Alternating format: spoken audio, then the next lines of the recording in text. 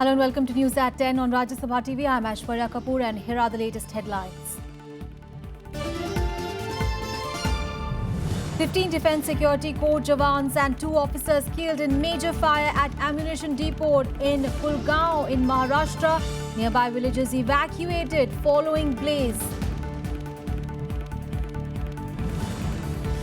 President and Vice President condemn attack on African nationals in various parts of the country. President says attempts to dilute long tradition of friendship unfortunate. Vice President accorded warm welcome on arrival in Morocco, meets External Affairs Minister, slated to inaugurate India-Morocco Chamber of Commerce along with the Moroccan Prime Minister today.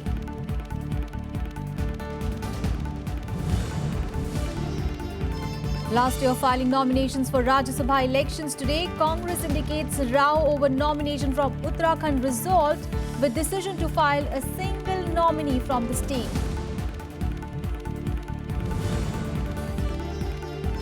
And final assault on Islamic State in Fallujah in Iraq launched offensive likely to last at least a few days with stiff resistance from the militants. 50,000 civilians trapped. In the beginning, there has been a major fire at the central ammunition depot in Pulgaon near Nagpur in Maharashtra. That is the big breaking story that we are bringing you. Now, 15 Defence Security Corps jawans and 2 officers have been killed. 19 others have been injured. Now, this is, remember, one of India's biggest ammunition depots, and it is located 110 kilometers from Nagpur. Now, nearby villages have also been evacuated. This is the big story that we are bringing to you from Nagpur in Maharashtra. Massive fire near the central ammunition depot in Pulgaon near Wardha. For more on this, let's go across to Lieutenant General retired Utpal Bhattacharya, who is a defence expert. Thank you so much, sir, for joining us. Sir, now a major setback for the army. Now, 17 army personnel have been killed in this massive fire at the central ammunition depot. Now, at the moment, of course, it is not clear what caused the fire, but there have been reports of explosion at the depot. What do we know about the security of such ammunition depots? Security in the sense we must put the right thing in the perspective first. This is one of the biggest ammunition depot in the country, if not the biggest. It supplies ammunition to our western sector and the southern sector. That is, it has got both what is required in the desert terrain and what is desired in the plain. And this particular ammunition depot, ammunition for storing ammunition, you require the covered ammunition bunkers. There's always a problem of what is desired and what we can have with the existing resources. Most of these ammunitions have been kept in what is known as a pack. Pack means plinth and cover. The cemented plinth, and over that ammunition is kept, and over that cover. And as you know, the temperature, the ambient temperature at this time in Nagpur and general areas where it is located goes beyond 42, 43. So sometimes it's very difficult to keep them under control, and that must have happened. I do not know. I'm just guessing what is the reason for this particular fire. And the good thing about it is the commandant and the deputy commandant of this, they have led the rescue operations, the firefighting operations, absolutely from the front. In fact, the commandant is injured. Deputy commandant is critically injured. 2 officers have died. 18 BSC Jawans, Defence Security Corps Jawans, they're around it. They have also been injured. It is located at the tri-junction of 3 districts, Wardha, Yatamala, and Amravati. So these 3 and all these hospitals services have been requisitioned. More major problem of the ammunition depot. It is never under control for the next 72 hours to 96 hours. There are delayed fuses. There are some bombs which are lying little idle now, which might get activated after some time. So there are various things. So you cannot say that fire has been brought under control because that is the major problem. So the operations will require immediate actions, intermediate actions, and the long-term actions. In these 3 varieties, the total fire is required to be controlled. It's very, very unfortunate. It's more than loss of tremendous amount of ammunition, because all our ammunition factories are also around, like it is coming from Khadki to there, so rail lines are there. So all these things are combustible elements, and so it will probably take about days to bring the whole thing under control. Indeed, a major tragedy for the country there. Thank you so much, sir, for joining us there. That is one story that we keep tracking through today. Let's move on in the bulletin now. Vice President Mohammed Hamid Ansari was accorded a grand welcome on his arrival in the Moroccan capital, Rabat. Now he's slated for meetings with the leadership there today and also an inauguration of the India-Morocco Chamber of Commerce. On board Air India One, the Vice President underlined the historic significance of the India-Africa ties. The Moroccan Prime Minister welcoming Vice President Mohammed Hamid Ansari at the airport in capital Rabat on arrival in Morocco. Soon after arrival, the Vice President met with Moroccan External Affairs Minister to discuss bilateral issues. Earlier on board Air India One, the Vice President underlined the importance of links with Morocco and Tunisia. With Morocco, we have, and Mantriji knows it very well, a very substantive relationship because of one product that Morocco has, and it is very critical for our own agricultural sector. That is phosphates. So some Indian investment is there, some Indian companies are there. We buy, they are the world's largest supplier of phosphates. Tunis is also a rock phosphate exporter, but we buy smaller quantities from them. A packed agenda awaits the Vice President today as he, along with the Moroccan Prime Minister, will jointly launch the India-Morocco Chamber of Commerce and Industry in Rabat. A number of MOUs are slated to be signed in the areas of education, IT and communication technology sectors. Our trade with Morocco today is a little over $1 billion. It used to be $2 billion. It has declined, but hopefully we'll be able to catch up. With Tunis, the trade is modest. Vice President Ansari also underlined the strategic significance of the two countries and said that India has been able to get the cooperation of the two countries in fighting international terrorism. With both Morocco and with Tunisia, we have now very good cooperation in fighting international terrorism. The Vice President's visit is a part of efforts to build on diplomatic gains from the India-Africa Summit held in New Delhi in October last year. The visit also comes in the backdrop of increasing number of attacks on African nationals in India. The Vice President condemned the incidents and highlighted India's historic links with Africa. Our government views are very clear. They are guests in the country. We have to look after them.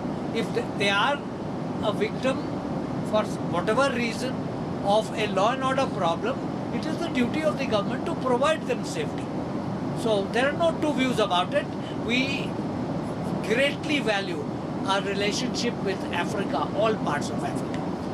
No country in the world has stood with Africa longer and more consistently than India. Our present commitment to Africa to develop a comprehensive relationship is something which is well stated.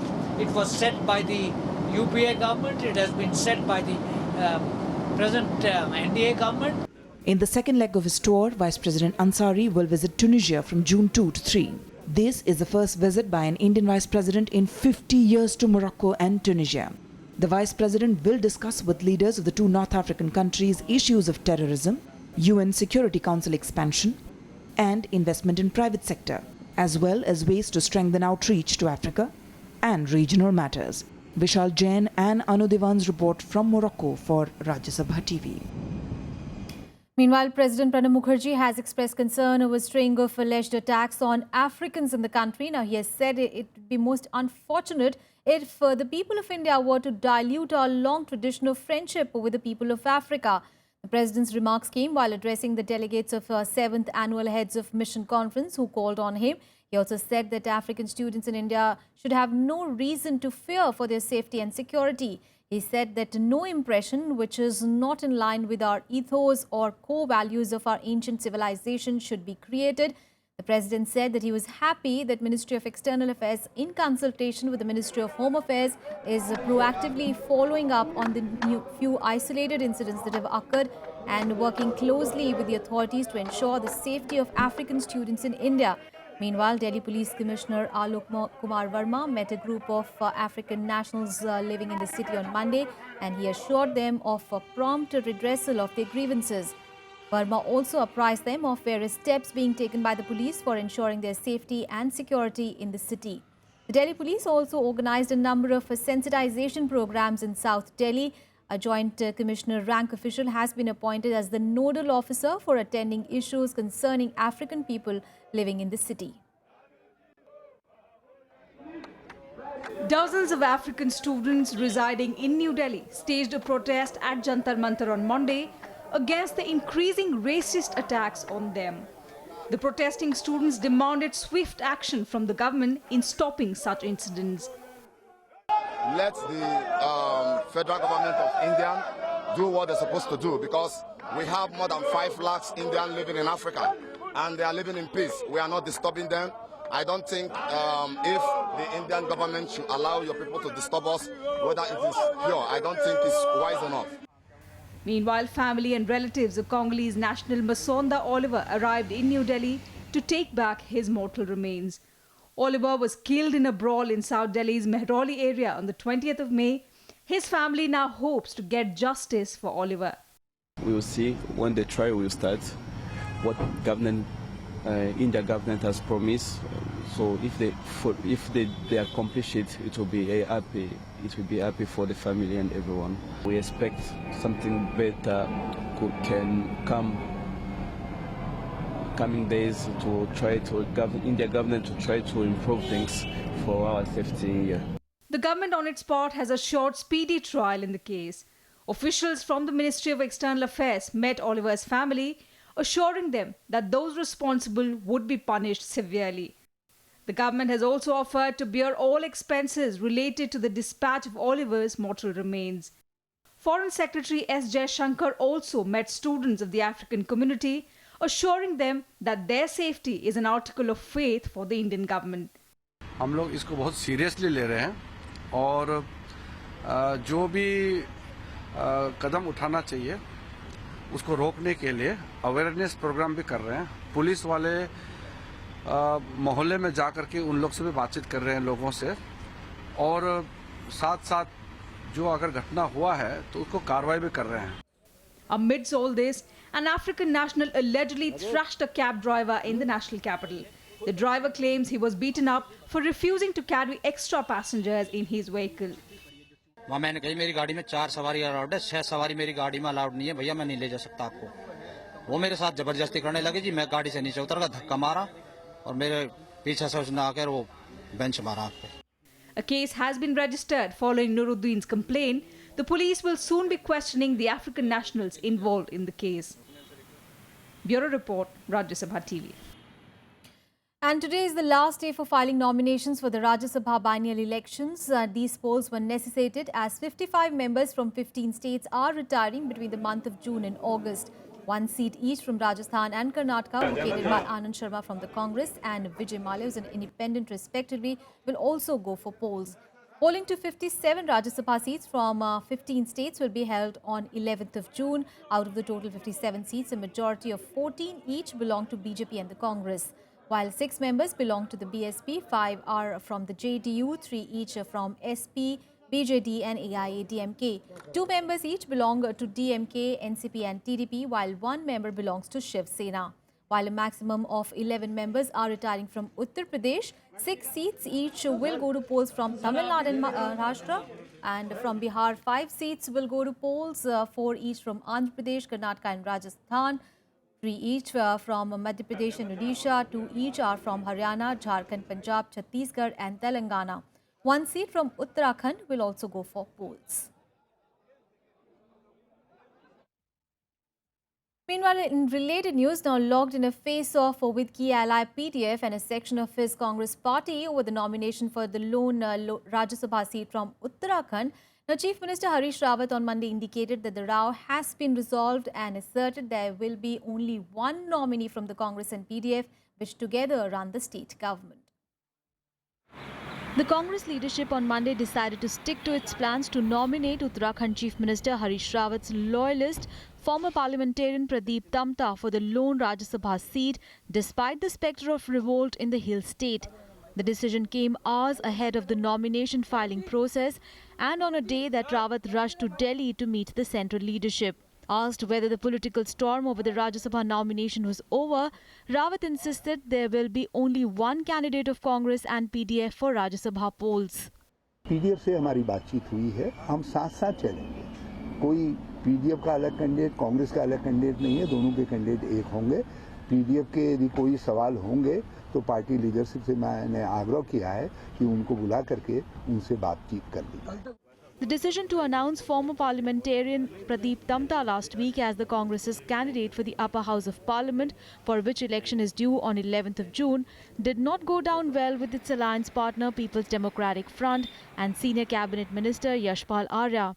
But Congress played down the issue, saying it is a case of individual ambitions. They are not strictly with the Congress. A certain view is there, but they are allies, they are valuable allies, they are partners, and you can rest assured that all such individual subjective views will be sorted out and are already being sorted out. The nomination of former Finance Minister P. Chidambaram from Maharashtra has also ruffled feathers in the state unit, with senior leaders like Sushil Kumar Shinde and educationist Bhal Chandra Mungerkar also considered to be in race for the lone Rajya Sabha seat from the state. Congress's outgoing Rajya Sabha MP Vijay Darda's meeting with the Transport Minister Nitin Gadkari has also raised eyebrows. However, Congress sought to downplay the events. The day I start responding to murmurs, will be an endless press conference. Meanwhile, other Congress nominees including Kapil Sibal from Uttar Pradesh and Ambika Soni from Punjab filed their nominations on Monday for the biennial polls to the upper house. Bureau Report, Rajya Sabha TV. And right now we'll slip into a very short break. Stay with us.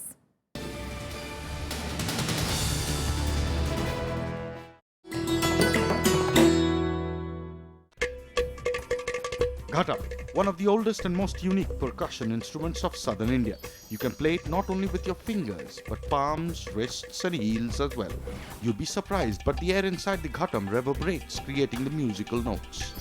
5 elements of nature, earth, water, air, fire and space, make up the composition of this beautiful musical piece, which has found an apt place in most of the ancient books.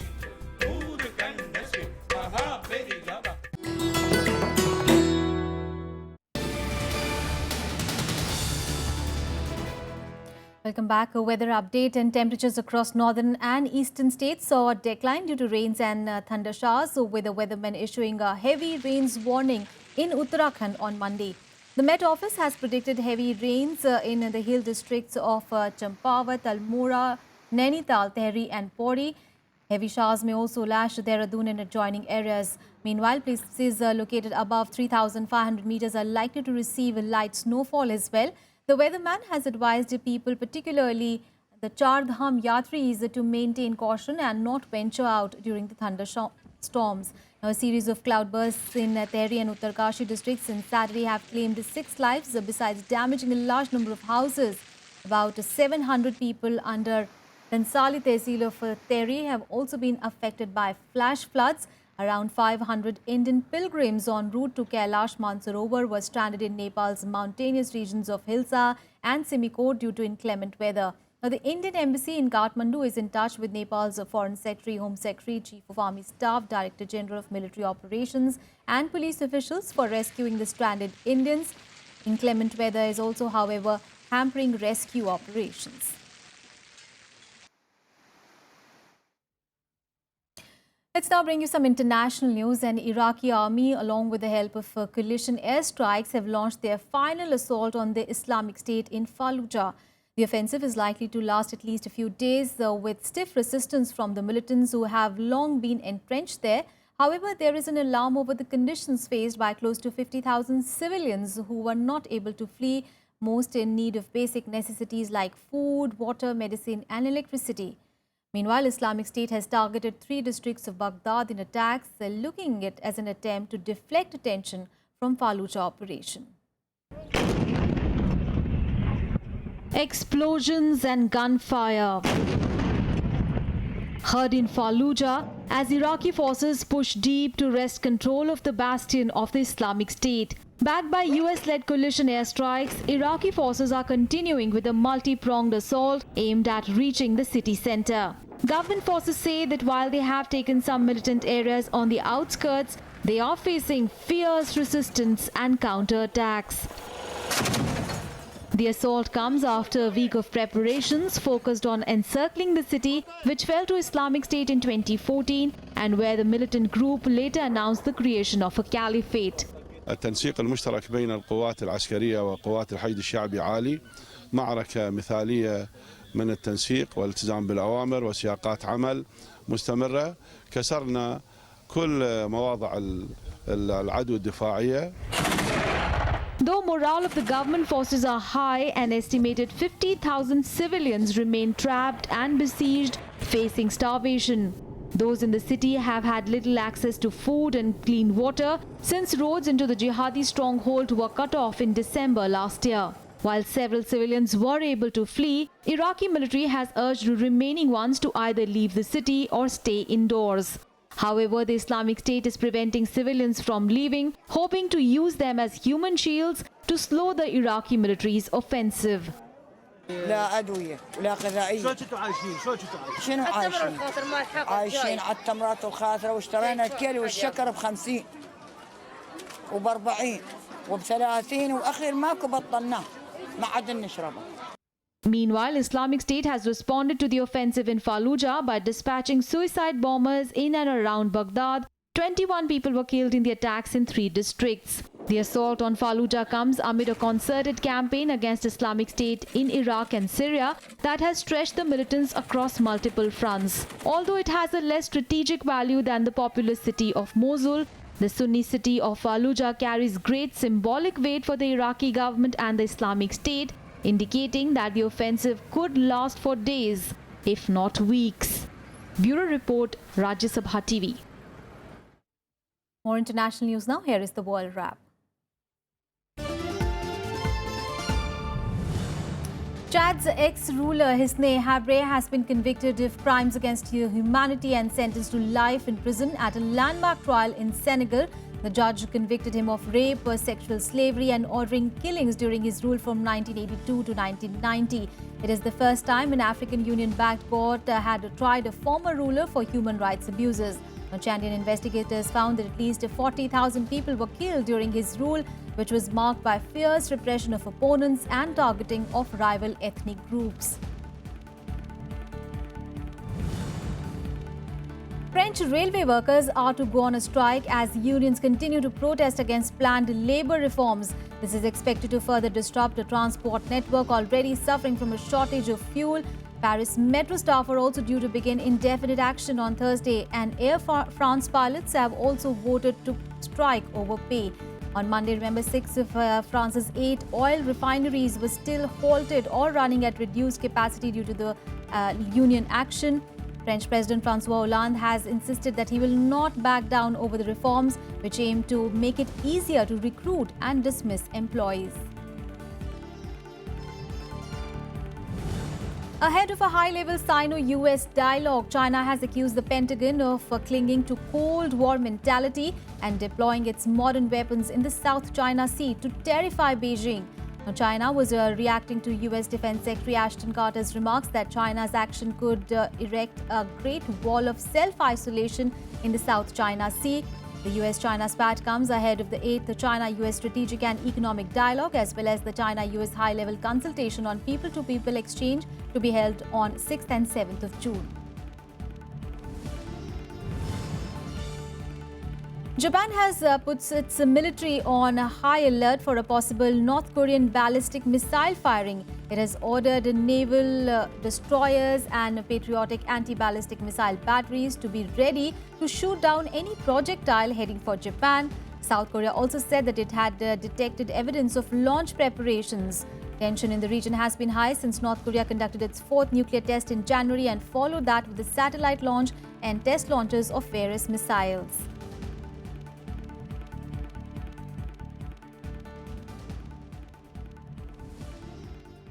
And on to sports now, and England emerged on top in the second test after negating Sri Lanka's second innings fight back to claim an unassailable 2-0 lead in the three-match series. English captain Alistair Cook became the youngest player to reach 10,000 test runs in guiding his team to a 9-wicket victory in the second test against Lanka, clinching a convincing series win. Alistair Cook became the first England batsman to score 10,000 test runs as his side sealed a series win over Sri Lanka at the Riverside on Monday. England won the second test by 9 wickets with more than a day to spare to get an unassailable 2-0 up in the three-match series. Set 79 for victory after making Sri Lanka follow on, England finished on 80 for 1. Left-handed opener Cook was 47 not out and Nick Compton, who hit the winning runs, 22 not out. His innings saw Cook score the 5 he needed to become the youngest and just the 12th player of all time to make 10,000 test runs. He can now get on with his life. It is obviously a very special moment for me personally. To I suppose to join the club and the kind of the company that the people who have scored 10,000 runs, it certainly means a lot. Earlier, Dinesh Chandimal's excellent 100 kept England waiting as Sri Lanka made 475 in their second innings. Chandimal's 126 was his 627 test, but first outside Asia. His more than 5-hour innings ended when he was bowled driving at Stuart Broad.